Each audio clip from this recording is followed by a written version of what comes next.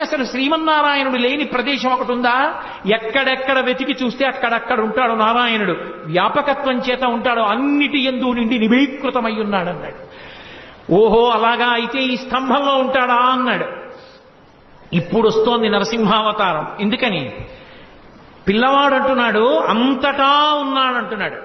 హిరణ్యకశిపుడు ఈ వేళ్లు ముడిచాడు, ఈ వేలు పైకి తీశాడంటే ఇలా చూపించి ఎక్కడో ఆపుతాడు. ఆ వేలు ఎక్కడ ఆగితే అక్కడి నుంచి పైకి రావాలి. రాకపోతే తనని నమ్ముకున్న భక్తుడి మాట వమ్మైపోతుంది. బయటికి రావడం అంటూ జరిగితే శంఖచక్ర గదాపద్మములు పట్టుకున్నటువంటి శ్రీమన్నారాయణుడిగా వచ్చి హిరణ్యకశిప సంహారం చెయ్యడానికి బ్రహ్మగారు ఇచ్చినటువంటి వరం ప్రతిబంధకం. కాబట్టి ఆయన ఎన్ని వరాలు ఇచ్చాడో అన్ని వరాలకి మినహాయింపుగా రావాలి.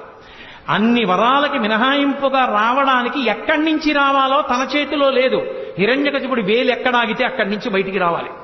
హరి సర్వాకృతులంకలండనచు ప్రహ్లాదుండు భాషింప, సత్తరుడై ఎందును లేడు లేడనుచు దైత్యుండు తర్జింప, శ్రీనరసింహకృతి దాల్చనచ్యుతుడు నానాజంగమస్థావరోత్కర గర్భంబుల అన్ని దేశములను దండ ప్రభావంబునన్ అన్నారు పోతన గారు.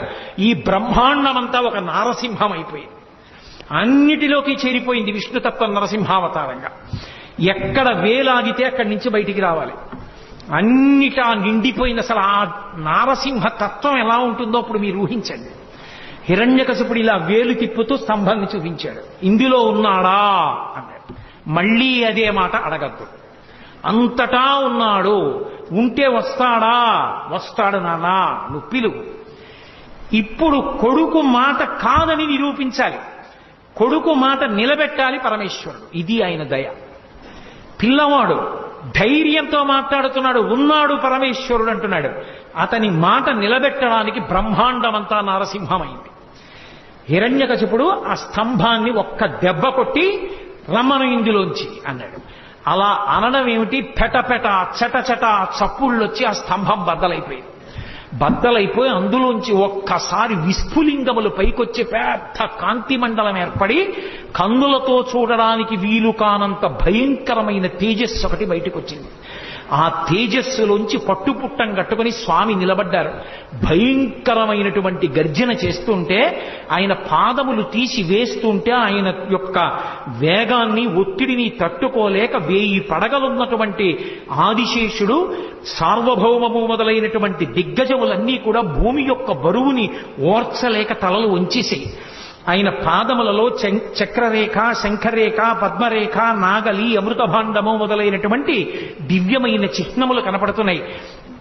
బలిష్టమైనటువంటి మోకాళ్ళు, ఐరావతం యొక్క తొండం ఎలా ఉంటుందో అటువంటి బలిష్టమైనటువంటి తొడలు, సన్నటి నడుం, దానికి పెట్టుకున్నటువంటి మువ్వల వడ్డాణం, ఆ చప్పుడు చేస్తున్నటువంటి గంటలు, మెడలో వేసుకున్నటువంటి ఆహారాలు, అనంతమైనటువంటి బాహువులు, పైన నృసింహాకారం, సింహం యొక్క ముఖం, పెద్ద పెద్ద దంస్ట్రలు, చంద్రుడి కాంతి ఎలా ఉంటుందో అటువంటి కాంతి, భయంకరమైన వాటిని కూడా తెగబోయగలిగిన నాగళ్ళు ఎలా ఉంటాయో అటువంటి దంతపంక్తి, అదిరి పడిపోతున్నటువంటి పెదవులు, మందర పర్వతానికి ఉండేటటువంటి గుహలు ఎలా ఉంటాయో అటువంటి నాసికారంధ్రములు, పుట్టలోంచి పైకి వచ్చి కోపంతో ఊగుతున్న నాగుపాం ఎలా ఉంటుందో అలా ఆడుతున్నటువంటి నాలుక, గురి చూసి చూస్తున్న కోటి సూర్యుల ప్రకాశంతో వెలిగిపోతున్నటువంటి కన్నులు, నిక్కబొడుచుకున్నటువంటి వెంట్రుకలు, పెట్టుకున్నటువంటి పెద్ద కిరీటం, అనంతమైనటువంటి బాహువులు, అన్ని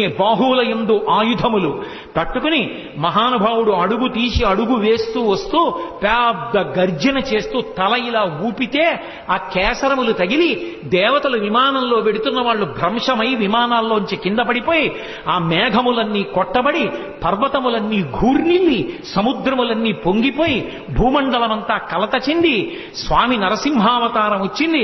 ఇప్పటి వరకు విష్ణుమూర్తి ఉగ్రతత్వాన్ని పొందనటువంటి వాడు అపారమైనటువంటి కోపంతో తన యొక్క పరమభక్తుడైనటువంటి ప్రహ్లాదుణ్ణి హిరణ్యకశిపుడు నిగ్రహించాడన్న కోపాన్ని ఆపుకోలేక ఉగ్ర నరసింహావతారమై వచ్చాడని లోకమంతా భీతిల్లిపోతే 33 కోట్ల మంది దేవతలు ఆకాశంలో నిలబడి స్తోత్రం చేస్తుంటే హిరణ్యకశిపుడు ఆ వెలుతురు చూడలేక స్వామి చుట్టూ తిరిగి గదాదండంతో కొట్టడానికి ప్రయత్నిస్తుంటే దేవతలు విడిచిపెట్టకుండా సంహరించమంటే ఒక్కసారి పెద్ద గర్జన చేస్తూ గబగబా వెళ్ళి ఆ హిరణ్యకశిపుని యొక్క డొక్కల దగ్గర పట్టుకుని పైకెత్తి కలుగులోకి పారిపోతున్నటువంటి ఎలుకని నాగుపాం పట్టుకుని పడగ పైకెత్తితే ఎలా ఉంటుందో అలా డొక్కల దగ్గర పట్టుకుని పైకెత్తి గడప దగ్గరికి తీసుకొచ్చి ఇంట్లో కాదు బయట కాదు గడప మీద పగలు కాదు రాత్రి కాదు ప్రదోషవేళ ఏ ఇతరమైనటువంటి ప్రదేశమునందు కాకుండా పంచ పైకి తీసి తొడల మీద పెట్టుకుని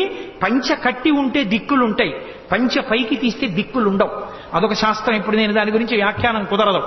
పంచ పైకి తీసి తొడల మీద పెట్టుకుని ఆ ప్రాణమున్నది కాదు ప్రాణము లేనిది కాదు, జంతువు కాదు పాము కాదు, ఆయుధం కాదు వస్త్రం కాదు శస్త్రం కాదు, రాక్షసులు కాదు దేవతలు కాదు యక్షులు కాదు గంధర్వులు కాదు కిన్నెరులు కాదు కింపురుషులు కాదు నరుడు కాదు జంతువు కాదు, నరసింహమై ఆ గంగానది సుడి తిరిగినట్టుగా ఉన్నటువంటి ఆ నాభి కనపడుతుండగా విశాలమైనటువంటి వక్షస్థలంతో పెద్ద పెద్ద ఆ దంతములతో దంస్ట్రలతో దగ్గరగా చూస్తుంటే ఆయన ముఖం వంక చూసి మృత్యు ఆసన్నమైందని తెలివి తప్పి తలవాల్ చేసినటువంటి హిరణ్యకశిపుణ్ణి తొడల మీద వేసుకొని పెద్దగా పెరిగినటువంటి తన గోళ్లు ఆ కడుపులోకి దింపి చీల్చి ఆ గోళ్లని గొడ్డళ్లుగా చేసి వక్షస్థలంలో ఉన్న ఉరప్పంజరపు ఎముకటన్నింటినీ పోచేసి పటపట విరిచి ప్రేగులు తీసి మెళ్ళో వేసుకుని ధారలుగా కారుతున్న నెత్తురు దోషిళ్లతో పట్టి తాగి కేసరములన్నీ నెత్తుటితో తడిసిపోతే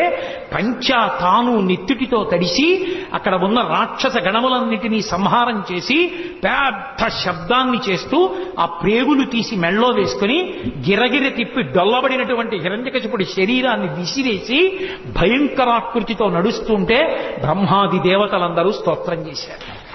ఏమి నరసింహం, ఏమి అద్భుతం, ఏమి అవతారం! ఇంతమంది స్తోత్రం చేస్తే ఆయన ప్రసన్నుడు కాలేదు. అదే ఉగ్రభావనతో ఊగిపోతున్నాడు ఆయన.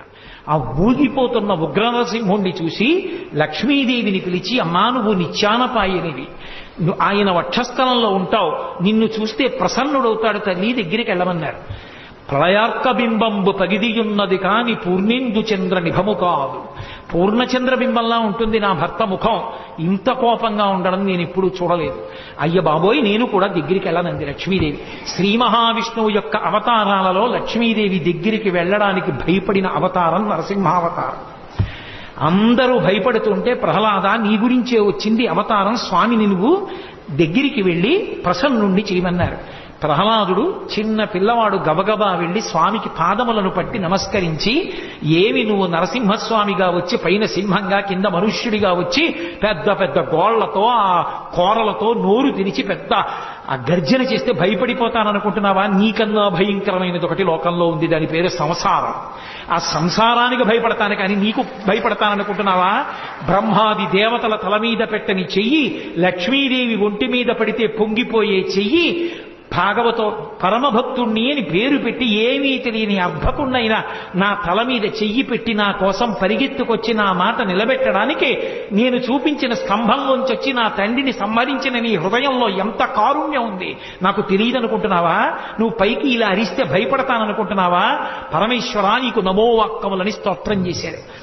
పరవశించిపోయినటువంటి నరసింహస్వామి పరమప్రసన్నుడై ప్రహ్లాదుణ్ణి ఎత్తుకుని తొడ మీద కూర్చోబెట్టుకుని, నాన్నా పొంగిపోతున్నాను రా నీ భక్తికి, ఏం వరం కావాలో కోరుకో అన్నాడు. మళ్లీ నన్ను మాయలో ముంచుదాం అనుకుంటున్నావా స్వామి? నాకెందుకు ఇంకా వరాలు, నాకెందుకు ఒక కోరికలు, నాకే కోరిక లేదు. నీ పాదముల యందు నిరతిశయమైనటువంటి భక్తిని కలిగి ఉంటే చాలు.